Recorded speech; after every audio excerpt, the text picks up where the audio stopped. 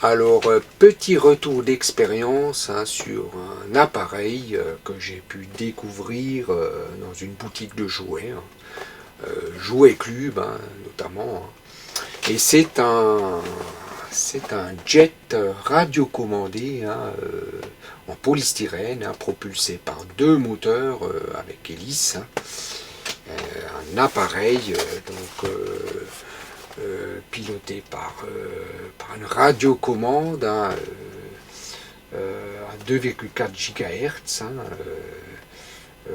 appareil rechargeable par USB, appareil lumineux également. Il a des LED disposés sous ses ailes et une autonomie relativement énorme annoncée à 25 minutes. Et appareil également contrôlé avec direction contrôlée gyroscopiquement, c'est-à-dire quand on laisse l'appareil voler comme ça sans rien toucher à la radiocommande, et ben l'appareil doit rester normalement avec une trajectoire rectiligne. Donc très intéressant à première vue. Alors j'ai pas pu résister, je me suis dit il faut que j'essaye ça pour voir. Et en fait c'est le deuxième appareil que je me suis pris puisque j'ai été agréablement surpris et je me suis dit tant qu'à faire je vais faire durer le plaisir. Alors un deuxième appareil me permet de faire 2 vols d'affilée sans avoir besoin d'avoir un temps mort où il faut recharger la batterie. Alors je me suis tout de suite pris 2 appareils en fait, puisque comme j'ai été vraiment véritablement agréablement surpris, j'ai pas pu résister. Il fallait que j'en prenne un deuxième. Alors, c'est un appareil que j'ai payé une cinquantaine d'euros, l'appareil. Et il y a donc trois couleurs possibles, qui est le jaune fluo, c'est mon premier appareil que j'ai pris, jaune fluo, du rouge et puis du bleu.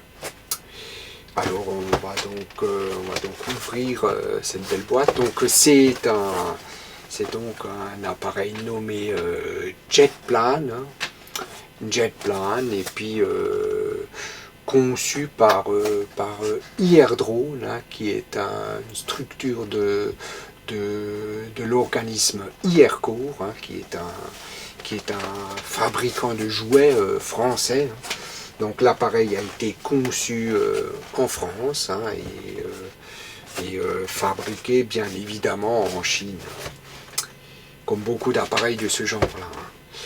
Alors, on va donc ouvrir la boîte.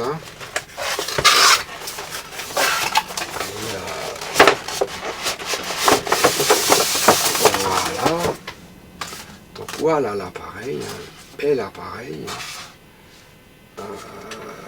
En polystyrène ultra résistant donc. Avec ces 2 ailerons qui se fixent donc par l'autocollant double face. Il suffit d'enlever la protection et puis de le coller comme ceci, de le mettre en place. Là, je ne le fais pas, mais il faut enlever la protection d'autocollant double face. Voilà. Et on a ça, on a un très bel appareil en fait. Et avec dans la boîte donc la batterie qui est à capacité de 300 mah avec son chargeur USB, deux hélices de rechange et un train d'atterrissage aussi, puisque c'est un appareil qui peut décoller et atterrir en intérieur, dans une grande salle par exemple. C'est un appareil qui peut donc voler en intérieur comme en extérieur avec peu de vent bien sûr. Et puis 2 éléments pour la radiocommande qui se fixe sur les sticks en fait. Voilà, ça c'est ça. Et puis là on a donc la radiocommande. La radiocommande avec donc encore la documentation, qui est bien sûr totalement en français, appareil totalement dans les normes CE, avec certificat de conformité, complètement, donc complètement totalement en français.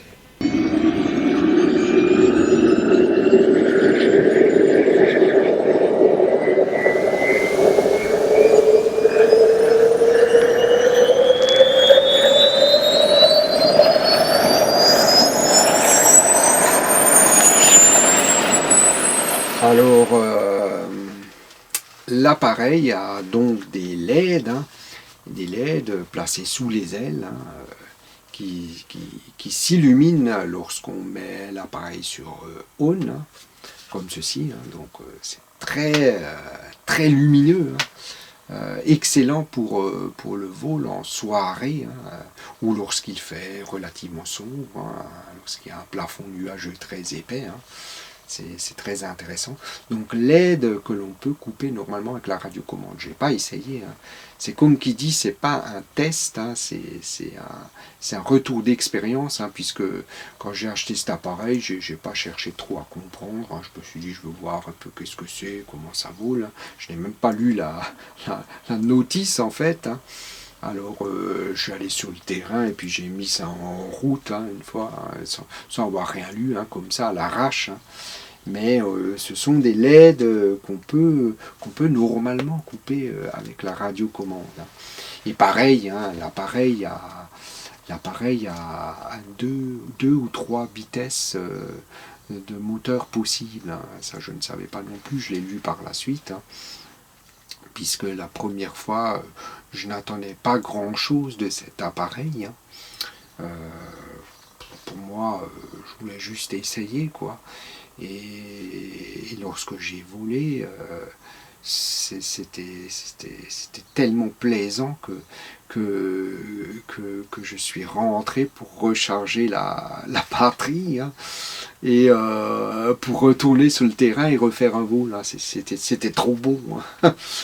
C'était trop bon que je suis carrément rentré pour recharger la batterie et repartir. Ce qui n'était pas du tout prévu. Je savais très bien que je n'avais qu'une seule batterie. J'espérais pas trop. Je me suis dit, c'est un petit jouet, ça vole, mais le juste voir. Mais en fait, c'est par la suite que j'ai lu la doc, parce que je me suis dit, c'est quand même un bon appareil. Donc c'est un appareil qui ressemble beaucoup, je trouve, à un chasseur à réaction russe, qui est le Sukhoi Su-27. Il ressemble énormément à une sorte de version de Sukhoi Su-27. Et c'est un appareil bien sûr qui peut voler en intérieur. Moi, il faut une grande salle quand même. Et très agréablement surpris. J'ai fait dans les deux premiers vols, il y a un vol que j'ai fait, puis le deuxième vol que j'ai finalement filmé, celui qu'on va voir en vidéo, c'est-à-dire c'est le fameux vol où je suis rentré chez moi pour recharger la batterie et repartir sur le terrain, et là j'ai emmené les caméras pour filmer. C'est directement à l'arrache. Le deuxième vol, j'étais un coup de cœur. Je me suis dit, purée, c'est quand même super agréable. Je vais en plus, c'était en soirée, alors je me suis dépêché puisque le soleil allait doucement se coucher, quoi. Alors je suis parti avec les caméras et puis j'ai filmé donc le deuxième vol. Et par la suite, c'était un vol où il y avait un peu un léger vent comme ça. On peut voler avec un peu de vent, je dirais, un vent jusqu'à 10 km à l'heure peut-être. Il ne faut pas monter à des vents qui montent à 15 ou 20 km à l'heure parce que ça devient trop limite. Mais un vent, je pense qu'un vent à 10 km à l'heure, ça supporte. Donc, idéalement sans vent, mais ça fonctionne avec un peu de vent, ça fonctionne. Et alors, j'ai fait un troisième vol une semaine après. Et là, Le temps était calme ici, pas de vent, rien qui bouge. Et quand j'arrive sur le terrain, je remarque qu'il y a, qu'il y a un vent, mais assez violent, un vent en rafale en plus, quand même assez, c'est pas difficile à dire, mais un vent de 30-40 km/h, quoi. Je me suis dit, tant qu'à faire, pourquoi pas, essayons, c'est qu'un jouet, essayons. Et alors je l'ai lancé, et puis il est monté, mais très vite en hauteur. Et j'ai dit purée, mais qu'est-ce que je vais faire là? Est-ce que je le fais voler comme un cerf-volant, c'est-à-dire face au vent avec les moteurs à fond? Je me suis dit, il n'y a que ça à faire, parce que l'appareil, sinon il fout le camp, mais très vite.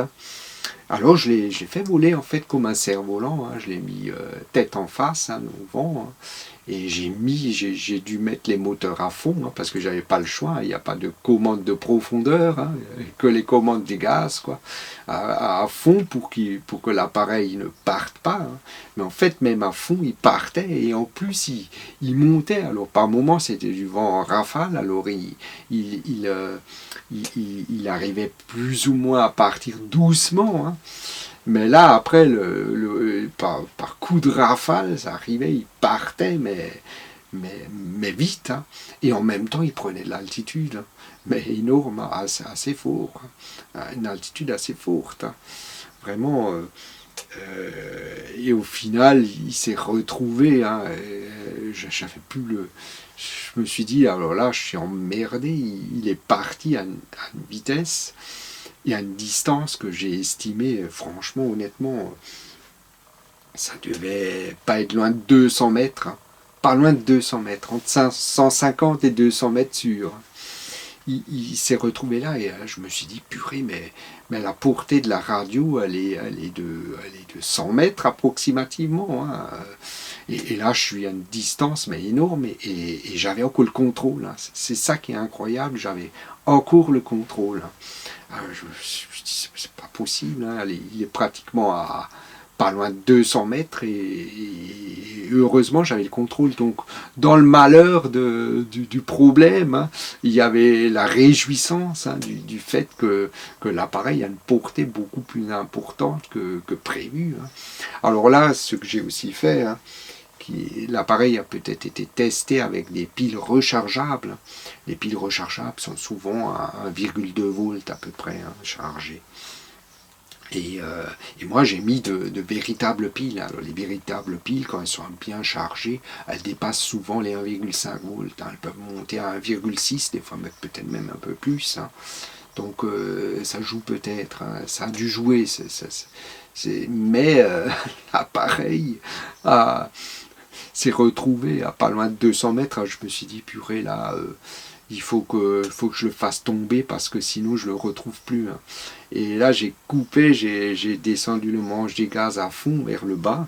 Et là, il a répondu. Donc, la radio a réellement réussi à transmettre l'information à une telle distance, ce qui est énorme. Donc, une réjouissance. Dans le problème, il y a eu la réjouissance en même temps, quoi. C'était énorme. Et je l'ai fait chuter, donc il est tombé dans l'herbe. Enfin, dans l'herbe, c'est pas de l'herbe, ça devait être du maïs ou quelque chose. Pas du maïs, je pense peut-être du blé, mais en jeune pousse. J'ai dû faire très attention. J'ai fait très attention quand je suis allé le récupérer. J'ai fait des grandes enjambées pour marcher un peu dans les sillons, pour éviter d'écraser les plants de blé ou de maïs. Qu'est-ce que c'était exactement? Mais l'appareil est tombé bon, il n'avait rien. Tout c'est très résistant. Puis quand on tombe dans l'herbe, c'est l'idéal. L'idéal, c'est de chuter dans l'herbe. Et voilà, Donc ça c'était le troisième bowl. Donc j'ai pu constater que l'appareil a une portée beaucoup plus importante que noté sur la boîte. Alors me voici donc sur le terrain avec l'appareil sous tension, la radio qui est donc en mode 2. Donc aucune inquiétude pour les pilotes en mode 1. L'appareil se pilote très très facilement. Il n'y a aucun souci, il n'y a que la commande des gaz et la commande des mouvements latéraux. C'est très partiel. Donc là, je commence avec une très mauvaise lancée qui aurait pu très mal se passer. L'appareil aurait pu s'écraser violemment sur le sol. On voit la même opération sous plusieurs angles de caméra. On va voir ça de façon latérale. Donc très mauvaise lancée, l'appareil monte à pic, je coupe les gaz, je remets les gaz à fond pour éviter le crash, demi-looping et puis demi-tonneau par système gyroscopique. C'est l'appareil qui génère ça de façon automatique. Donc là en slow motion, très mauvaise lancée, l'appareil monte à pic, je suis obligé de couper les gaz. L'appareil pique du nez, se met à 45 degrés et là je remets à fond les gaz pour éviter le crash. Et l'appareil donc effectue un demi-looping et en même temps il se redresse par demi-tonneau par système gyroscopique. Donc on a là une figure de voltige quoi. Alors là l'appareil je l'ai envoyé à peu plus de 100 mètres. On le voit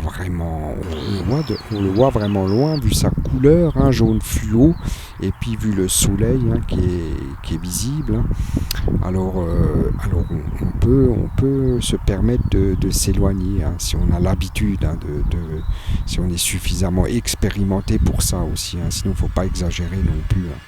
Et l'appareil est vraiment très agréable à voir et à piloter, très facile.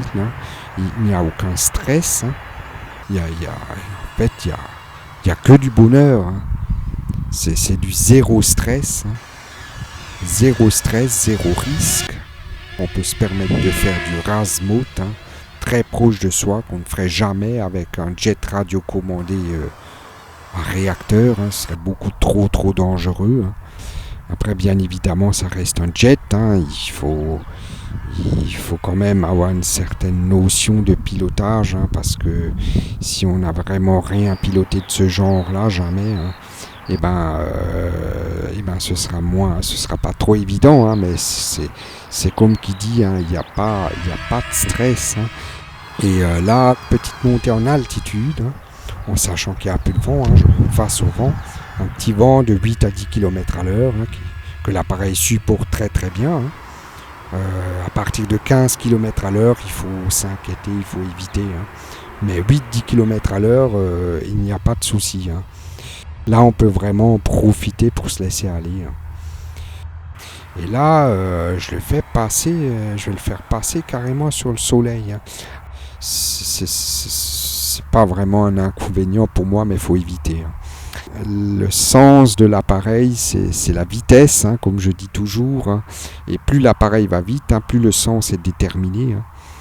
Et on peut très bien voler en ne voyant qu'un petit point. Là, j'ai envoyé l'appareil très très loin. Là, il a plus de 150 mètres, entre 150 et 200 mètres. C'est ce qui est excellent en fait. C'est un appareil mais qui permet de faire des vols un peu à distance. C'est un jouet, alors on a l'avantage d'avoir du zéro stress.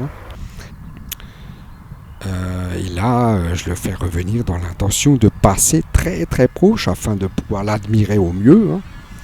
Ce que je fais, je passe et voilà. Et voilà quelque chose qu'on peut pas faire avec tous les appareils. Et là, totalement involontaire, c'est la panne batterie. Panne batterie et je chute donc dans la terre battue. Donc c'est à éviter. Quand on fait du RAS-mode, ça va. L'appareil n'a pas le temps de piquer du nez, mais si j'avais été à 5 ou 10 mètres de hauteur, là, il y aurait risqué d'avoir de la casse. Et là, je suis donc à un peu plus de 15 minutes de vol. C'est vraiment, franchement, c'est du zéro stress, il n'y a que du bonheur.